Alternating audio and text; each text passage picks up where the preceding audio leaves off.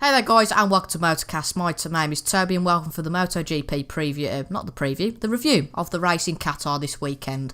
I'm with Beni, Matty, and for the first time, let's give a round of applause to Dan Mack, who's actually finally managed to get on a podcast. He's so alive. round of applause, well, please. I mean, what a man. Hello guys. Now, Dan, you obviously haven't been on a podcast before. I'm sure most of the people know you who are here, but just a quick introduction from you as to who you are and how the Scottish people are the worst in the UK. Oh well, I'm Dan Mack. I'm from Scotland. I run a YouTube channel doing F1. That's it, really. Okay, Brill. That was a really nice concern. I'm not really an interesting really person, so there you go. Okay, brilliant. But obviously the Qatar GP, then getting straight into it, weather really caused problems all weekend. It didn't really interrupt any of the other sessions for any of the other Moto3 or Moto2 sessions. But qualifying was cancelled after the drainage at the circuit was poor and it was just too slippy to qualify. And as a result, the grid was took from free practice free, which saw Maverick, Viñales, Andrea, Iannone on the Suzuki, and it was Marc Marquez on the first row as well. Wasn't great for Rossi though, because he started 10th as a result of the practice results. But we did finally get underway for the race. There was about a half an hour delay with weather causing problems once again. But Zarco had a brilliant start, Matty. Was a win on the cards before he slipped and went off. I was just so gutted about that. I was only saying to my parents that they walked in the room that they were just starting. I was going, yes, Zarco's in the lead. And then he crashed. Yeah, obviously incredibly disappointed. Because, I mean, I don't know, I think he's grown on me as a bit of a fan because obviously at the start of this, when we did our first season preview, I was kind of raving about him. So it's good to see that he's got the promise that I told everyone he had. I think with the slip, it's obviously incredibly unlucky, but it's one of those, it's not exactly been a straightforward weekend in terms of, yeah, I mean, the weather has just thrown a spanner into the works that usually just shouldn't or wouldn't ever be there. So I think it's obviously affected the track. It's probably also affected the rider's mentality as well. But I think it's a good start. Despite the fall, he showed he had the confidence and the willpower to keep it at the front. Yeah, he just went away really quickly off the grid, and it was amazing to see, quite ironically, a kind of sister team, a junior team to the Yamaha team, be in the front of the race. That was a really bizarre experience. So, Dan, it only really ended up with a 10th place for Tech 3 in the end. I suppose if you'd have said that to them before the race, they might have been happy with that, but how disappointed would Zarco and the team be disappointed with that fall? Oh well, on the TV when you seen him fall, you could see him shaking his head, so obviously he would have been disappointed falling from first place, but this is his first race in MotoGP, so well he's a champion in Moto2, so you could see that he was used to the conditions, but it's just, as Matty said, unlucky that he just failed at that time. Yeah, you're absolutely right, and it's quite important as well to point out that I think he did crash 14 laps in, so he did last quite a while at the front, and in that time he did set the fastest lap on lap 4 of a 1:55.990, and to give you that in context, that was only 1.6 seconds off the pole time, which is obviously Viñales in FP3. So on to Yamaha, the main team, Beni. Obviously Viñales kind of dominated Rossi in testing, and it was a good race yesterday, I think we'd all agree, between the top three. And what about this? You're probably a bit more technically inside with the sport. What about Ducati then having that extra straight line speed and being able to get past Viñales for quite a few laps on the straight? Well, in race conditions it was obviously quite beneficial for Dovizioso to have that extra top speed, but I think it showed that the Ducati isn't on quite exactly the same level as the Yamaha through the twisty bits, but in the race, even if you could just keep decently close enough, you could just pass the Yamahas or basically any other bike except a Ducati on the long start finish straight. And again, as I said in the season preview, this track is quite a power circuit and it does suit Ducati, so probably we'll see how this year's Ducati handles after about 4 races or something, because Argentina Ducati has always been quite good there, and so was Kota, but after that I think it's Jerez, and there's where we really see how the Ducati is gonna go. And as for the Yamahas, just Viñales, we probably all knew it was coming after free practice and all of the testing that they did, but from Rossi, that came out of nowhere, proving once again that free practice means basically nothing in this sport, unlike in Formula 1, which we do also closely follow. But yeah, so really impressive from Rossi and also impressive from Viñales. And Matty, I bet Rossi was just sitting right behind these two, almost praying for himself, not so much for the team, that maybe they collided with each other and he came out as winner, but sadly that didn't happen. But Rossi, it's fair to say, keeping with the pace of Maverick Viñales, obviously Zarco setting the fastest lap, but Rossi only finishing 2 seconds behind Viñales. Will we see Viñales dominate this season as a whole, or will we see a driver like Rossi go, listen, no, this isn't happening, and I'm going to try and beat you with the best of my ability? I think Rossi's definitely, he's going to kick around with Viñales. I think the main thing from Rossi this weekend is he's definitely been a bit underwhelming, especially through practice. I mean, he wasn't exactly given the chance to shine in qualifying, but during the race he did a solid job. He kept within 2 seconds, like you said, of the race leader. So I don't think he could have really asked for much more. Obviously, it would have been ideal for him to win the race and beat his teammate. And he possibly loses a little bit in the mind games battle between him and his new teammate. So a little bit perhaps lost, but I mean, there's still the entire season to go. He's a very experienced rider. He'll get back into it. Yeah, I absolutely agree there. And they're obviously top of the team's championship at the moment with just one race gone with 41 points. The next team, obviously the two Spaniards of Repsol Honda with 24 points. Marc Marquez just beating Daniel Pedrosa by 4/10. And Dan, a slightly underwhelming performance from Honda, but do you think that Marc Marquez could take the battle to the Yamahas this season? Oh, well, definitely. He's a reigning champion in MotoGP, and it's just one race, so there's so many more to go in the season. So I'm sure he's not gonna give that title up without a fight anyway.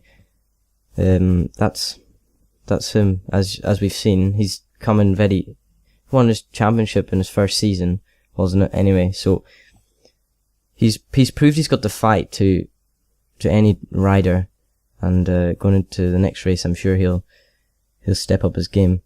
And Honda race pace, I think it's fair to say, Benny, Honda's race pace wasn't brilliant, but their one lap pace seems okay, doesn't it? Well, at the moment their one lap pace looks on par with the Yamahas and the Ducatis, but well, what we saw in Qatar was probably also a bit with the conditions being quite uncharacteristic for this race and for probably most of the season, because it is the only night race in the calendar, and there was a bit of rain just before the start, which made the track temperature go down a bit, and also because it was a delay, the temperatures went down even more. So I think this race wasn't exactly the best characteristic of showing how Honda's pace is. Plus, both riders said that the track really isn't suited to this year's bike, and that probably better stuff is coming from them, especially Marquez, because he really had a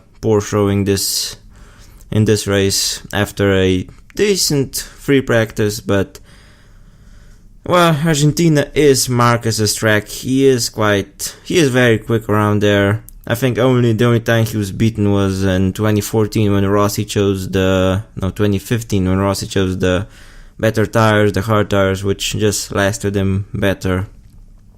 But yeah, we're definitely going to see more from Honda. And obviously Dovizioso in that Ducati car, Matty, must be gutted because, in fact, in Qatar, second again for 3 years in a row, in fact. 2015 he was behind Rossi, last year he was behind Lorenzo, and this year was behind Viñales. So 3 different Yamaha riders he's in the back of last season, in the last 3 seasons. He's got to be pretty goody with that. But as Benny said, this is kind of one of Ducati's stronger circuits, but could Dovizioso pick up a few wins this year? And obviously Lorenzo, very bizarre in 11th. I'll definitely ask that question to Dan later. But Dovizioso, a solid race in the first race. Well, it's just an example of Dovi doing what he does best and just getting solid results where he can. Obviously, it would have been I mean, I'm a bit of a Ducati fan. I kind of swing between them and Yamaha. But I would have really liked to have seen Dovi win the race there. But it's just... I don't think it really says too much about the pit and possibly like a championship chance or anything. Because Dovi's been not really here or there when it comes to a full-on championship. The possibility of race wins is there, though, at least. I mean, he really... could have, possibly should have won this race. It's hard to tell. Either Viñales or Dovi really could have won this race. So, I think the main thing Dovi can take from this is the fact that he's completely dominated his World Championship winning teammate the whole weekend. And staying with you, Matty, about Dovizioso, do you think that maybe Viñales got the better bike, more importantly, and maybe drove a little bit better on the weekend, or do you think you've got to give your due to Dovizioso for actually keeping up with him on an arguably slower bike? I think Dovizioso was arguably racier than Viñales, and you know, with Viñales on a new bike, you assume he hasn't exactly found the sweet spot on it yet. Dovi's been on a Ducati for many years. Since 2014 or 2013. Yeah. One of the two. He moved from Honda, didn't he? No, I think he was at Tech 3, yeah. Oh, Tech 3. Yeah. Yep, another display of Matty getting things right. In this one. I'm new to... I'm fairly new. I'm getting back into this. We'll let you off. We've got the Slovenian... Can I just add something? Dovi was on the softer tire in the race. And all the other guys mostly were on the mediums. And Zarco was also on the softer tires. And what impact would that had on Dovizioso's bike? Well, he had more grip, and in normal race trim, the tire wouldn't have lasted the whole distance. But with the lower temperatures, it seemed like the soft tire was just in its sweet spot yesterday.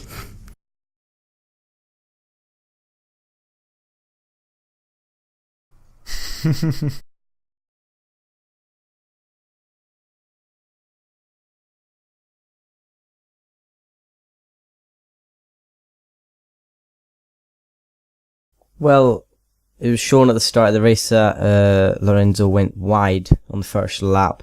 He had a good start, but when he rejoined out of that, after running wide, he rejoined really carefully and was basically at the back of the field. Obviously up to 11th by the end. He had a good fight back through the field, but we didn't see much of it because of the cameras were more focused on the front runners, but Lorenzo was basically at the back and he fought his way back up to P11. I mean, it's not the best start for him being a champion, but for a new team as well, it's not the best start. But I guess all he has to do is improve from it now. Yeah, only 5 points for Lorenzo, but I'm sure obviously he can improve on that. He's a world-class driver, much like the likes of Marquez, Rossi, Viñales. You know the world-class drivers on this grid. There's a hell of a lot, in fact, of world-class drivers on this grid. That's why they're in the best motorbike formula in the world. Now, moving on to Suzuki then, we've got Alex Rins and Iannone. Rins finishing ahead of Iannone, obviously pretty inevitable after Iannone crashed, and as Benny put down in the notes here, still quick as Iannone, isn't he, Benny? But still a bit crash-prone, a bit like last year. Well, at this early stage, it's a bit early to say if he's as crash-prone as last year, but he was very quick in the race, keeping up with the leaders. But in his crash, he took a lot more speed. I think he was expecting Marquez to do the same, and he just tried to avoid contact, which sent him off his wheels. And we'll go to Matty then. So Alex Rins, a solid start for him, 7 points. Only just behind Jack Miller on the Mark VDS team. Actually a very impressive performance from Miller on the Mark VDS. And, obviously Alex Rins at Suzuki and Iannone joining Suzuki as well. Can Rins outperform Iannone this year on points with consistency, because Iannone seems a little bit more crash prone? I'm not entirely sure that's going to happen. I just feel Iannone, despite the fact that he's a bit more crash prone, is going to get the bigger, better results. He was flying fairly highly before he crashed, so I feel there's next few races he'll probably get back up on his feet and be scoring definitely more points than Rins. I'm not entirely sure whether he'll be right at the front. We'll just have to see, because obviously different tracks, different conditions. I guess you can a lot of what you can say about this weekend is a bit redundant, since it's kind of been that 1 in a million race where everything that could have happened kind of did. Yeah, you just got to give all the riders the due. And I mean, to be fair, and I went out on a track that was really hard to drive on this weekend. Obviously, in Qatar, it was a bit of a disaster this weekend with the conditions, and it was really hard to ride on. But we had 18 finishers, and onto Aprilia now. Then Aprilia, their best result, a brilliant result in 6th. With who was that in 6th? It was Alicia Spargo. What a fantastic race! How could I forget that? 10 points to start off the season. Sam Lowe's finishing last. Yeah, just behind the Hondas. Brilliant race from him, Benny. So, how do you think they'll do this season with Espargaro performing so brilliantly? Well, obviously, I think they've sorted out their bike quite a lot. I think in the preview I said that they'll be looking at the midfield, but after the first race, of course, it's not the most representative race, but their bike and race trim looks quite quick, and Alicia Spargaro, the master of, I guess, underperforming bikes, because in the past few seasons he was in the open category and he was just outperforming the bike and the lower GP bikes. And yeah, again showing his abilities on the Aprilia, but Sam Lowe's just not doing the best. He was only last of the finishers and behind the KTMs, which it's quite a disappointing result, but I guess the Aprilia isn't the easiest bike to ride, but I think with more practice and during the season he could improve, but we'll see. Yeah, very good point there. And Dan, obviously Sam Lowe's not performing brilliantly, but I'm sure he can improve. But I just want to put emphasis how brilliant that performance is from Alicia Spargaro, don't you agree? Yeah, definitely. I mean, as Benny said, he's been outperforming the bikes. And 6th place for Aprilia. I believe I've seen that's their best result. I think. Did you see that as well? It's their best result since rejoining the sport.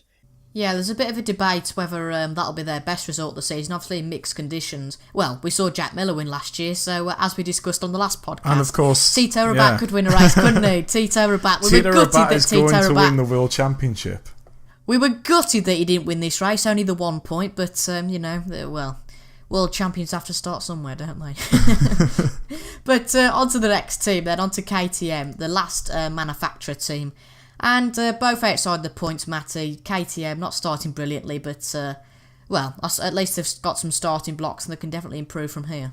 Well, at least they didn't finish last, is the main thing, and they got bikes to the finish, so I guess they weren't. I mean, I'm not sure how much people watching at home were really expecting from them. Me in particular, I was expecting absolutely nothing from them. So to get absolutely nothing is not really a surprise, but it's a slightly less bad nothing. So they still of course had an Aprilia behind them, but the pace there is still really quite poor. They're still behind most of the satellite bikes.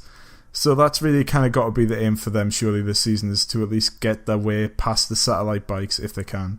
Yeah, and I think, I think they'll treat the first few races testing sessions just to get that bike up and running before they can challenge for some points. I mean, they did nearly get a point, just the one position off a point. And I think, Benny, it's definitely hard, obviously, with 5 drivers retiring from this race. So it'd be tricky for them to get to a position like 16th again. But in terms of milestones for KTM, would you say that points is the first milestone for them and the first hurdle for them to jump? Well, as it looks at the moment, it definitely is. Their bike is the slowest on the grid, according to my opinion, and I think that they should steadily improve their bike. They're a good manufacturer, and they know how to make good bikes, as it's shown in the lower Moto 2 and Moto 3. So yeah, I think that their first milestone should definitely be just trying to get in the points consistently, and then to improve like Aprilia did. Yeah, and brilliant. Interesting, and KTM very interesting as well. Hopefully they can improve, obviously, with a British driver of Bradley Smith. I couldn't believe, how, not so much high-pitched his voice was, but for a grown man, his voice sounded a little bit weird, but let's not delve into that. Anyway, on to the next team, LCR Honda. Matty, just give us a short overview of Cal Crutchlow, who seems to underperform all the time, and probably a bit harsh with, he doesn't underperform all the time. He did win a race last season, but not the best start, was it, for him? It's definitely not what he needed, and definitely not what the team needed. It's always a difficult game with Cal because you sometimes question if the underlying pace is there, and then he comes around and shows it in flashes of brilliance. But you do tend to get these races where he falls off, and it's all a bit too common. But it is the first race of the season. Possibly let him off, but it's kind of difficult because he kind of does this all the time. And I think that's a fairly short summary there from LCR Honda. Obviously, nothing happening in their race apart from Cal Crutchlow and crashing into Rossi in turn 1. True. Yeah. Obviously not taking him out, but it was a close call. And the next one, you'll love this, Matty. We're moving on to Mark VDS. So if we can have your bet. Well, it's hard to think of a chant up on the spot, but Tito Rabat is, of course, the future world champion for this year. He's off to a bit of a slow start, but a point is better than nothing, and all he needs to do is get those early wins in, and then he's straight back up there. But he's, that's very true. Maybe a bit optimistic, but optimism's the best thing. Pessimism is worse, Glass half full is much better than a glass half empty, I'm sure you agree. But his teammate, bloody hell, Benny, his teammate Jack Miller, 8 points on the board. Maybe not driver of the day because Alessio Spargo might have stolen that. But that's a good result, isn't it? Yeah, definitely. I was looking at last season. He was a bit lower, but he was still showing a decent performance here and there, and I think anybody who remembers S in the Dutch Grand Prix, that was just him at his best in the wet. But yeah, he is quite a good rider, and I think that the team haven't got the bike setup quite the best that they can, but I think that there's still things to come from him, and he is quite a decent rider with a brilliant result. With a brilliant result in 8th. And it's fair to say it's not the best day for the rookies overall, just because moving on to the rookies a little bit. Rins was in 9th, Lowe's was 18th, last of the finishers, Folger was in 10th, and Zarco was in the gravel trap. Definitely something to improve on, isn't it, Dan? Yeah, definitely. I mean, Rins was the best performing rookie, so that's something to take out of it. But then, what could have been with Zarco, the first few laps? Who else did you say were the rookies? We've got Zarco, Folger, then we've got Lowe's, and Lowe's the last finisher, so not great for him, but really it can just improve, can't it, for them?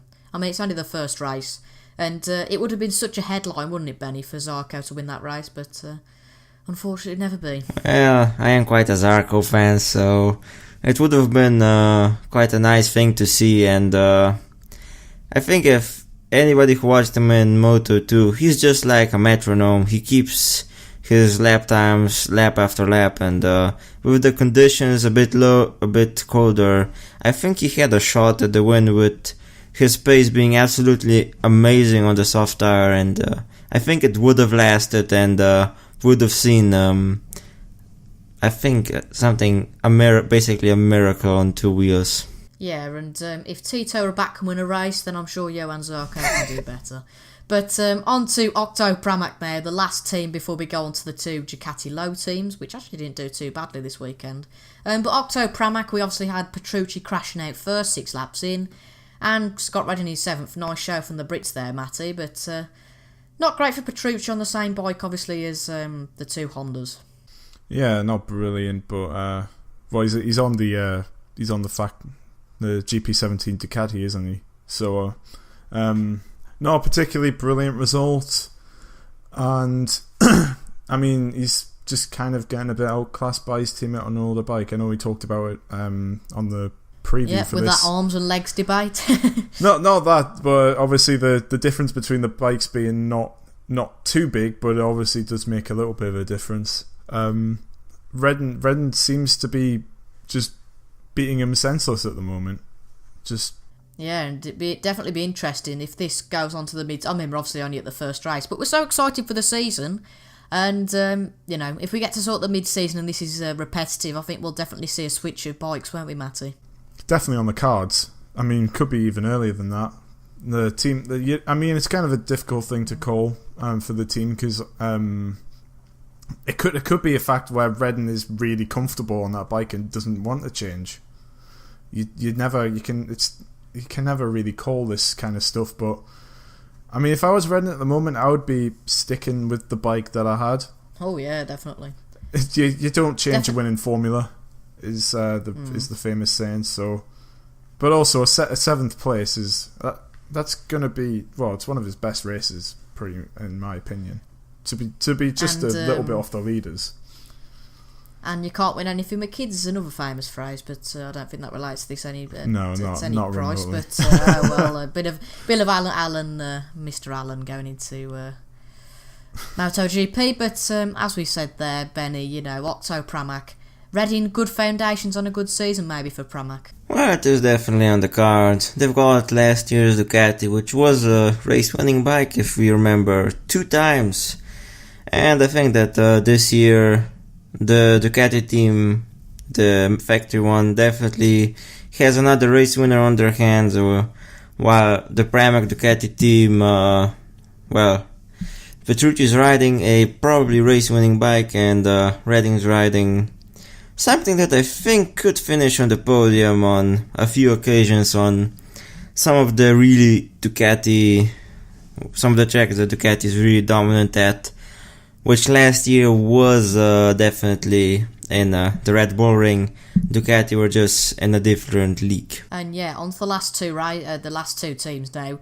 And the formula that happened with Otto Pramac with Redding beating Petrucci seems to have happened here. In fact, in both teams, Baz and Abraham beat their teammates on the older bikes. Obviously, fairly easy for Abraham to do after Bautista crashed out. But for both teams, Dan, a good solid foundation to build on for 7 points for Rael and 2 points for Aspar. But what a bizarre situation with Baz beating Barbara quite considerably on the older bike, and Abraham being just behind Barbara on the older bike as well. It's a weird formula, isn't it? Yeah, it's really weird. But that race was very mixed up, especially being delayed really early because of the rain. So a lot of riders would have been used to different conditions, and some riders maybe not used to the bike as well. Yeah, definitely a peculiar race. We definitely know that. And Benny, would you say that kind of these teams have been decent, but would you say KTM's first objective is to jump the barrier and jump the hurdle ahead of them? Well, it really depends on the track. Again, this was a Ducati track with all of the Ducati bikes, even the older ones, have probably got a few more horsepower than the factory Hondas and Yamahas. I think that the KTM's real test will come in Jerez. It is probably a benchmarking circuit in MotoGP, or Barcelona or something, somewhere in the start of the European season. So, but as it stands, the lower Ducatis seem like good bikes. Yeah, definitely. And I think that's all our teams wrapped up. And who knows who'll win the championship? We did predict that last time, but Dan, you didn't. We obviously know. Yeah, we obviously know. Tito Rabat. But Dan, on a more serious note, we didn't hear your championship predictions last time. Who's going to win the champ? Oh well, last time out was before the start of the season. So now, with a bit of seeing the first race, the first race out of many, I'd probably say possibly Viñales winning it. You're very boring, aren't you? You're not out the ordinary. You didn't go with someone like... In the end of the day, Rabat's going to win the championship. Well, sorry, but you've got to think about it. Well, Viñales, obviously, this may be a strong track for him, but he's going to try and outperform everybody being on that bike. But possibly Viñales with... Maybe I'm saying Ducati have improved, and possibly Dovizioso in the top 3. Possibly Marquez and Rossi fighting out with Dovizioso for these positions, but I'm not too sure. Maybe Pedrosa might be in there. Basically, this is me looking at the first race, but you never know what could happen. People could crash. I can't see in the future, so... Yeah, well, apart from the sarcasm obviously there, from me, that's a very safe prediction you've gone for there, so I wouldn't be surprised if that was right, and I'll be placing your bets right on Viñales, but after absolutely dominating in this first race. And on the rater predictions, Benny, Argentina, who's going to win that race, and who's going to be your top 3? That's actually quite a tough prediction, but I think it's going to be a victory for Marquez. And then in second is gonna be, I think it's gonna be the doctor, Valentino Rossi. He's gone quite decently around there in years previous. And in third, I think I'm gonna go with Viñales. Interesting. Obviously, last season, Marquez won the race just ahead of Rossi and Pedrosa. And Marquez has had 2 wins round here with Rossi getting 1. Am I correct in saying, Benny, that was the race last year where Iannone and Dovizioso were in front and they crashed into each other? Well, they were ahead of Rossi and they crashed into each other in the final corner. Yeah, that was certainly a bit embarrassing. Not very good. But Matty, who's going to win that race? Will it be Viñales, or do you see a bit of a shock on the cards? Well, Tito Rabat's certainly going to be on the podium. I think I have to agree with Marquez winning the race just because of his form around that track is brilliant. He's pretty much made it his own. But I'm gonna go with I'm gonna go a bit out there and say Pedrosa in second, and then Viñales third. Just to mix it up a little bit. One? Well, possibly if it's as mad as it was yesterday, then anything's on the cards. Rabat might take a shock victory, but my prediction, well, looking back on previous years, Marquez crashed lap 1 2015, came back 2016 and won by 7 seconds over Rossi and 28 over Pedrosa. So I'm saying this is, as Matty said, I believe, this is Marquez's track. I'm probably going to go with Marquez to win. Obviously last season as well, Viñales crashed. So I'm not you can't really tell on that one, but I'm saying Marquez, Rossi and Viñales to be battling out, and possibly Pedrosa in there because the Ducatis look pretty far off going by last year's results. And we had quite a few incidents at the last Grand Prix at Argentina with only 13 riders finishing well. After Dovizioso's crash, technically only 12, so a chance for some really good points. And funnily enough, last season, a bit of a stat for you, in the Moto2 race, the 4 rookies on the season this season actually got the top 4. Benny, can you give me that top 4 in order? A bit of a quiz question. Oh, that's a tough one. Zarco won, I'm sure of that. That's correct. Ahead of Lowe's? Yeah. Come on, I need 2 to predict now. So who have we got left? Folger Rins and Rins. Folger. It was Rins on the podium, wasn't it? Oh, no, it wasn't. Oh, I was just about to say get him on the BT Sports Show, but on that evidence, obviously not, because you can't remember a year back. Disappointing there, Benny. But actually, go on. I didn't watch that race, and actually I'd like to change my prediction. Still Marquez for the win, but I think Argentina's been always a good track for Zarco. I think he's going to finish second with Rossi third. Wow, that's an interesting one. So beating both of the main bikes, really? Yeah, he's just in Moto2, even when one year, I think the first year when they ran the race in Moto2, he was riding a Caterham Suitor, a absolutely not competitive bike, and he got second in qualifying, but then in the race couldn't keep up. But in the last 2 years, he's absolutely been dominant around here, and I think that considering that both the tech-free rookies have shown some potential, I think that he can convert that to MotoGP pace. And it'd be interesting to see how Rins can do, because based off last year, he started 11th and then only finished 6 seconds off the winner, which was Zarco last year. So he could be a tip for a good race round here. But surprises maybe in Argentina, tough to predict. Obviously, it could be anyone. It may be Zarco on the podium. It could be anyone, as we've had a running joke in this MotoGP. Tito Rabat will be on the podium for next time. But anyway, that wraps up our review of the first race in Qatar. I believe that the next race, I want to say, is it in 2 weeks or 3 weeks? 2 weeks' time, so it clashed with the F1 once again.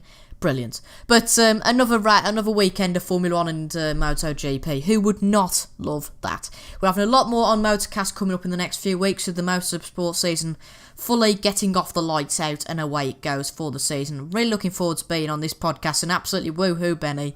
It's finally getting started, and MotoGP started yesterday, WRC has already started, Formula 1's already started, Formula E's already started, and we've got BTCC, I believe, this weekend starting actually, so we're all looking forward to that as well. But we will see you for the review of Argentina. Hopefully we'll all be here. It's been nice to have the full lineup for once, and hopefully this isn't the only podcast that Dan's on, but you never know with Dan's consistency we turn up to podcast. But let's not turn this into a political debate.